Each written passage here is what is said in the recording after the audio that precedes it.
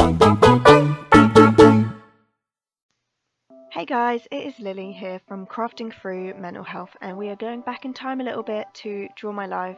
I am a crafting and mental health YouTuber, so I thought combine them both and do draw my life and talk a little bit about growing up with autism and other mental health issues I have had. But let's get right back into it.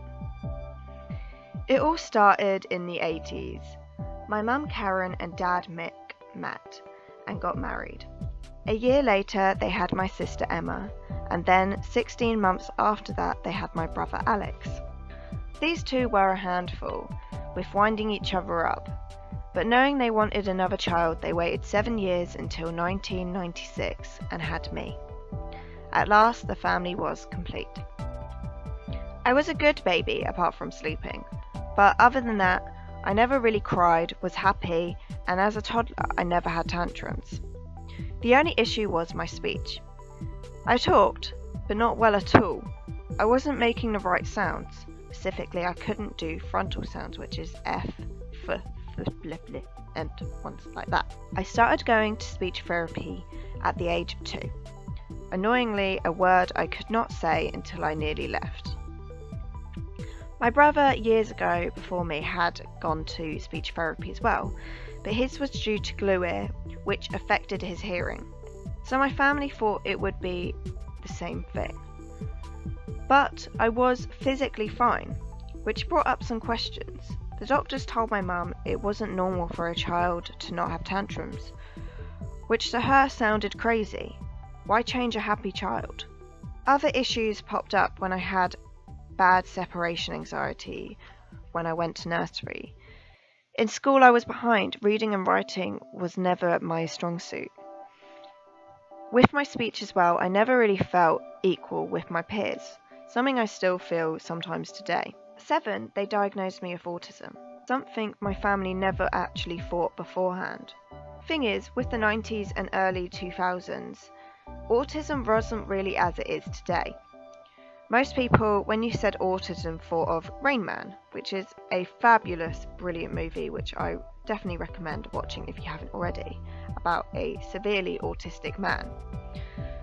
Thing is, autism is such a spectrum. Yes, there are people very much like Rain Man, but there are others like me who are on the milder spectrum as well. The test for autism involved me playing, which I actually remember, and I wouldn't play with the woman. So my mum thought, what if my child doesn't want to play with you? But obviously they saw other issues with that as well. I remember just being happy to play with the Postman Pat van. I went to speech therapy until I was 10, 8 years in total. Some of the most rememberable moments, which my family do love to bring up when we are at the pub to embarrass me, were definitely the time they asked me to describe a dog. Me being one-track minded only could think of one thing. It has a really long nose. The lady would reply going, anything else? Like, what else does a dog have? And I would think and pause for a moment. A really, really long nose? Anything else you want to add, Lily? A really, really, really long nose. To be fair, on my behalf, my dogs always did have really long noses. But they obviously wanted me to say it has 4 legs and a tail, which actually could describe a cat as well, so, They also asked me one time what I would do if I was holding a burning pan. This would involve a photo of this, and they'd say, what would you do? I automatically would drop it, but now I know that other autistic people sometimes wouldn't. They wanted me to say it. They wanted me to say I would drop the pan. But I had always been told by my mother to call mum. My mum was pretty like, yep, that's true. I have told her that, and very many autistic people are very sort of set on their rules. So they wouldn't stop asking me, so what else would you do? And I'd pause and think, call mum. What would you do if mum's not there? That's when it confused me. because my mum was always there. Call mum. I probably went into the backup thing of call my sister, because that was what I was always told. If my mum wasn't there, then you went to my sister. I still stand by my point today, and my sister always teases me that I'll tell mum or call mum. I remember one time she scared me with a spider and she's like, "Oh, what are you going to do? Call mum?" I was literally just about to click call mum. Other funny moments from my childhood was the way my dad was very stubborn. He would never let us win games. Pairs was one of his favourites. He has a very, very good memory, much like me. My brother and sister never beat him, but I slaughtered him. It made it so much better knowing that he was trying so hard to win. But he could not beat the 6-year-old. By secondary school, my speech was pretty normal. Reading and writing wasn't great, and socially I was okay, but didn't really pick up signs very well and did struggle. On the third day, I was in Mr. Moth's history class and became very unwell. I had no idea what was happening. My heart was racing, I was shaking, sweating. Basically, I was having a panic attack. But at the time, only being about 11, I had no idea what this was. I didn't even realise I had anxiety for a few years after that. I started having them every day. This went on a lot during year 7. Then they kind of came back in year 9. They would come back in spate a little bit, but majorly in year 9 and year 11. I lost a lot of weight. I'm already pretty skinny, but I lost a lot of weight as I started being sick with them, and eating made them so much more worse. School was not a good time for me at all. I have made other videos about this, so I will link them down below. But quickly, just to run over what did happen. At 13, I had anxiety and depression and started to self-harm. At 14, I was suicidal and started having my eating disorder. These went on for years. I went to therapists and doctors and only got help when I was 17. I had about 4 years of going to the doctors and them telling me to either take vitamins or it wasn't an issue, when really, when you're getting dragged into school, you're not eating, and self-harming, it is an issue, no matter what your age. At 17, I only got help because my mum paid for private. Without all the help she's given me and all the support through all the years, I don't know where I'd be without her, hence why I still call mum today. When I was having these issues, I really did love YouTube.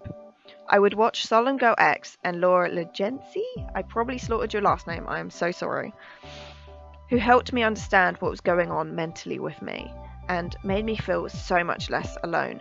Really, out of everything, they were the ones that helped me recover the most. This later inspired me to start this channel and to help others in need. At 16, I left school to start hairdressing. I worked at 3 different salons over 5 years, all very different. I left 7 months ago, which is in a video which I will also link down below in case you want to know the full story. I miss the people and I definitely miss the clients. I just love the chitter chat and stuff like that. But I know in myself and mentally I did make the right choice. Back when I was 17, my mum paid for treatment. I went on antidepressants, and I'm still on those today. A month later, I passed my driving test and bought a car called Rusty Cherry. I also do have a video on that as well, so I'll link that down. I'll link them all down below. 3 months after that, I met my now partner, who I've been with for 4.5 years, Ashton. My first ever boyfriend. Before that, I couldn't date people because I was so scared and hated myself so much that I just wasn't in the right state of mind. I thought you were amazing. No! You are the winner of this week's challenge. After that, my life got better. I was happy. Yes, I was happy before, like at Spates, but I was truly happy then. I've had bad times and good times since this all happened, but overall, these couple of years, like, they were just amazing. I got to do things I never thought I would be able to do. I started this channel, went on holidays, So explored the world. I remember one of the greatest moments was being on top of Mount Tainty in Tenerife, and just being like, I never thought I could get on a plane on my own with, with someone else's family and go and look at these beautiful views. It made me appreciate it so much more. I went to London Comic Con, where I met amazing people and had the best time ever. I've been to about maybe 5 now, and just amazing. I always loved cosplay. I loved anime before I met Ashton, but he really got me into it. I couldn't thank those people enough that went with me. I still have these photos on my wall from going to Comic Con for the first couple of times and the amazing times I've had there. This brings me to today. I am at an art college. I do it from home. I work part-time and work on this channel.